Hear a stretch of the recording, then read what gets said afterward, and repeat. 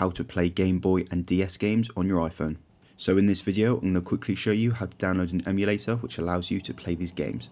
So the first thing you need to do is download this app Delta on your iPhone.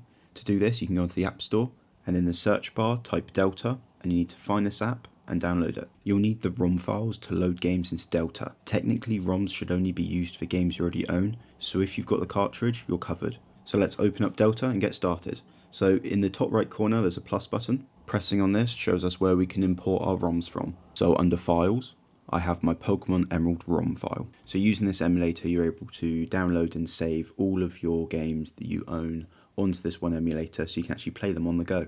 So under Settings, there's an extensive amount of things you can do to customize it in your own way. We've got different themes, we've got different haptic settings, we've got full screen modes, we've got everything. So for legal reasons, I can't show you where to get the ROMs, but if you own the game, you're legally allowed to dump it yourself. Links to everything else, including Delta, are also in the description down below. Thank you for watching the video. Let me know down in the comments below if you found this helpful.